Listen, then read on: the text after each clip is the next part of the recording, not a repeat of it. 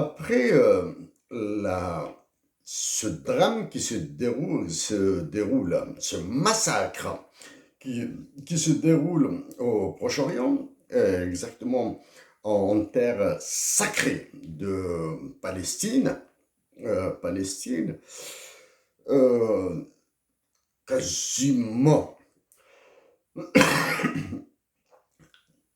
pour la planète, toute la planète a, est choquée, est choquée. Pour nous, sans rentrer dans tous les détails, nous sommes choqués par d'abord, par l'ampleur du massacre humain qui s'est produit et cette anormalité de la défaillance des services secrets dans l'identification de ce genre de tragédie. Au Moyen-Orient, au Moyen-Orient, Palestine, Israël, Égypte, Jordanie, Syrie, et ailleurs, partout ailleurs. Nous pensons que la concentration des services secrets est la plus élevée. Des services secrets qui soient américains, canadiens, français, anglais, palestiniens, égyptiens, algériens, israéliens, jordaniens, chinois, russes, japonais, australiens, probablement d'autres pays. Nous sommes surpris qu'aucune coopération entre ces services n'a réussi à éviter un tel bain de sang. Nous sommes surpris. Notre surprise vient de la taille de l'armement utilisé. Dans une région qui est gangrénée par la violence. Gangrénée par la violence, faute de réussite dans l'établissement, l'édification de la paix. Dans une région gangrénée, aucun service secret, aucune armée dans le monde, aucun journaliste, ceux qui ont des atomes crochus avec certains services secrets, ont mentionné la taille de l'armement utilisé dans les missiles de part et d'autre, etc., et sa visibilité. Nous sommes dans un état normal, c'est-à-dire vidé de tout effet de surprise, si le temps futur nous apprend que certains coups ont été préparés, mais la maîtrise de l'ampleur des conséquences de ces coups a échappé au contrôle. Ça, c'est l'autre élément dont nous voulons parler. Vous parlez, monsieur Justin Trudeau. Un massacre humain ne cache pas d'autres. Il s'ajoute.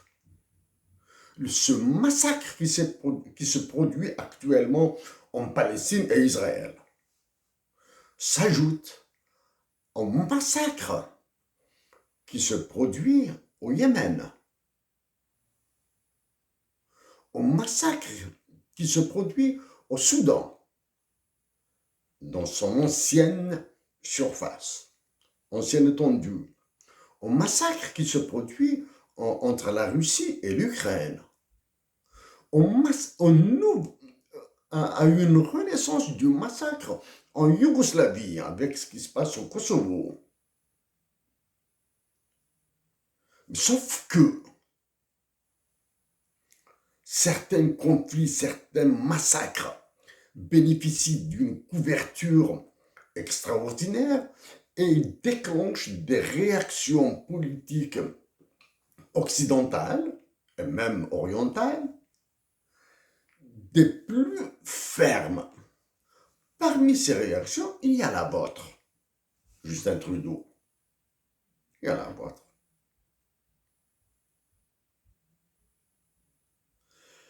Est-il nécessaire de vous rappeler 2 points, avant de rappeler les autres à la fin, 2 points de notre dernière lettre?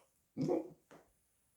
Nous vous avons informé qu'en Norvège, nous avons contacté l'ambassadeur d'Israël pour établir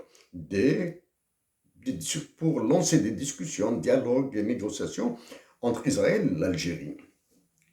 Est-ce que ce qui vient de se produire nous empêchera de continuer? Au contraire.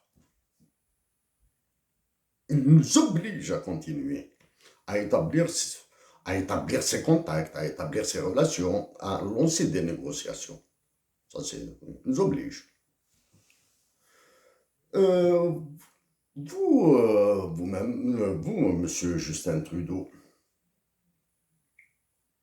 dans votre déclaration de feu, là, compréhensible, sur ce qui s'est passé en Palestine et en Israël, compréhensible,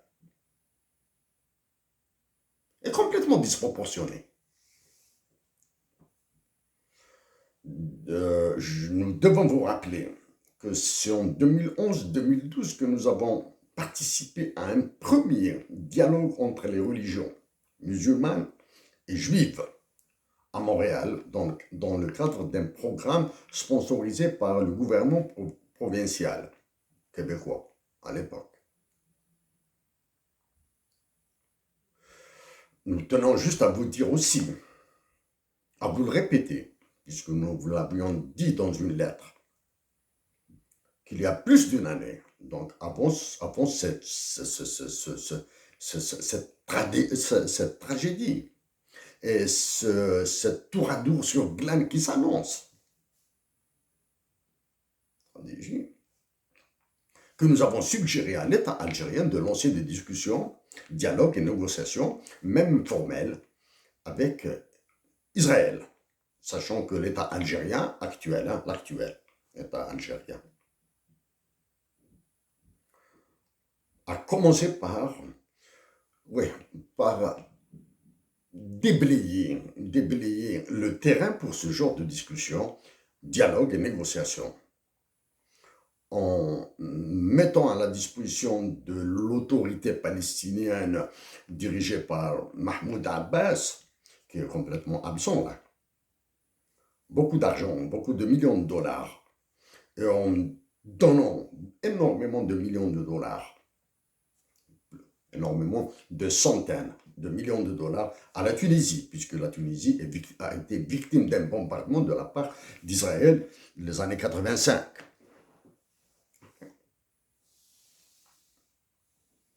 Voilà pour un petit peu. Ce dont nous voulons plutôt vous parler aujourd'hui,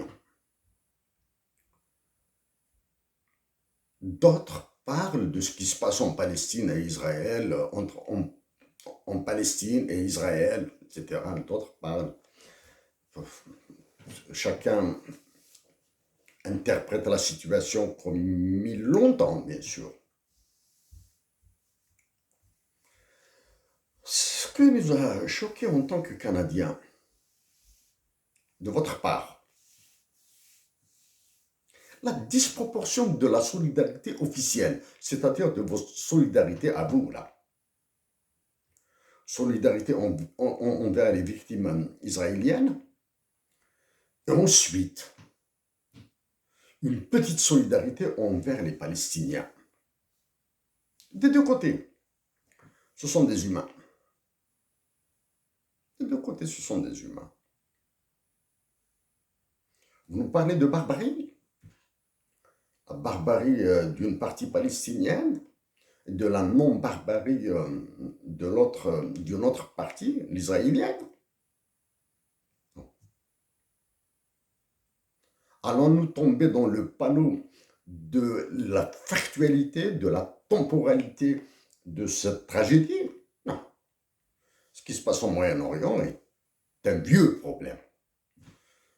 C'est un vieux problème, arrosé par du moins, alimenté par le sang des humains qu'il y a dans les deux parties là, tant chez les Israéliens que chez les Palestiniens. Le sang appelle le sang. C'est une expression populaire qui est complètement dégoûtante. Dégoûtante. Nous avons pensé que le Canada sera une plateforme, un pays duquel partiront des solutions pour la paix. Comprenons très bien que le Canada doit s'aligner sur les États-Unis d'Amérique d'abord. Il doit s'aligner sur la position des États-Unis d'Amérique d'abord. Il doit exprimer sa solidarité active avec les Israéliens, avec l'État d'Israël. Ensuite, exprimer une certaine solidarité avec les citoyens qui ne le sont pas, avec les Palestiniens qui vivent dans des territoires complètement bloqués. Nous avons cru que le Canada serait plutôt un pays qui agirait avec son poids, lequel, il faut le dire, est faible au niveau de l'Organisation des Nations Unies, au niveau du Conseil de sécurité de l'ONU, pour accélérer toutes les résolutions, la mise en œuvre de la paix, la mise en œuvre, l'établissement de state building, de participer aux opérations de state building. En Palestine, l'État d'Israël est construit. Nous espérons aussi, en tout cas, nous allons faire le nécessaire pour informer le leader de l'opposition officielle, M. Pierre Poilievre, sur nos mots. Et nous allons mettre ces dispositions à la disposition de votre agente J. Côté là, la rédactrice de cette lettre insultante qu'elle nous a adressée. Bon, bien même, hein.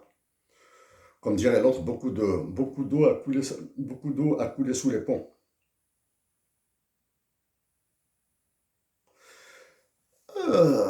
Monsieur Trudeau, dans l'une de nos dernières lectures, Benjamin Netanyahou a qualifié les combattants du Front de libération nationale algérien de terroristes. Les terroristes du FLN, nous citons, SIC. Ce sont ces mots qu'il a utilisés, même si c'était en anglais. Dans un livre qu'il a signé de ses mains. C'est Benjamin Netanyahou. Est-ce que tous les combattants de la Palestine sont des terroristes?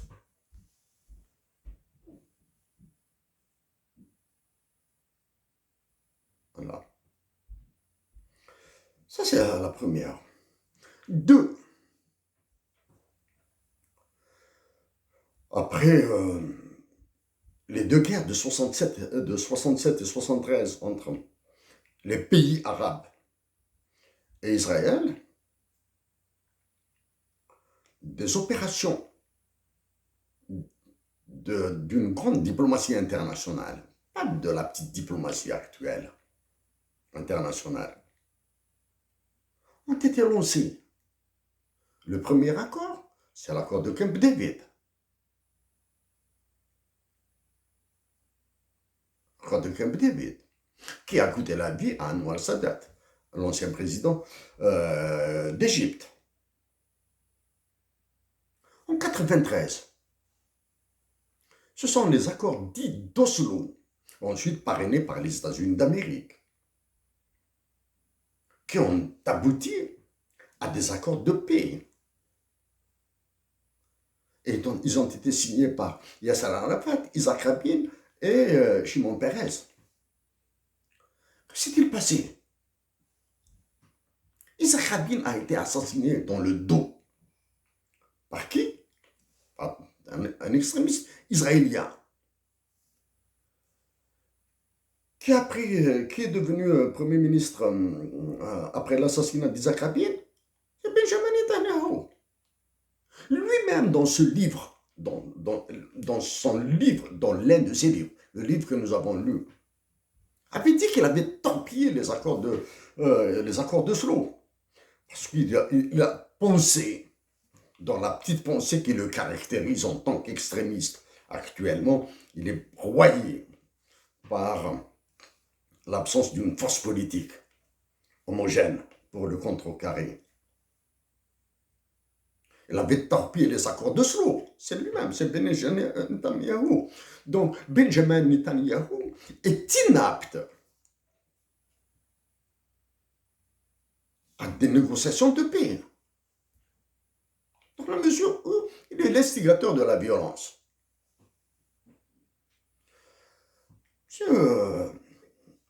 Monsieur Trudeau, l'avons dit que le Canada, notre pays,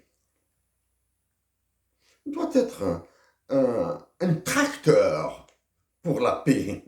Il ne doit pas être un tracteur pour les guerres.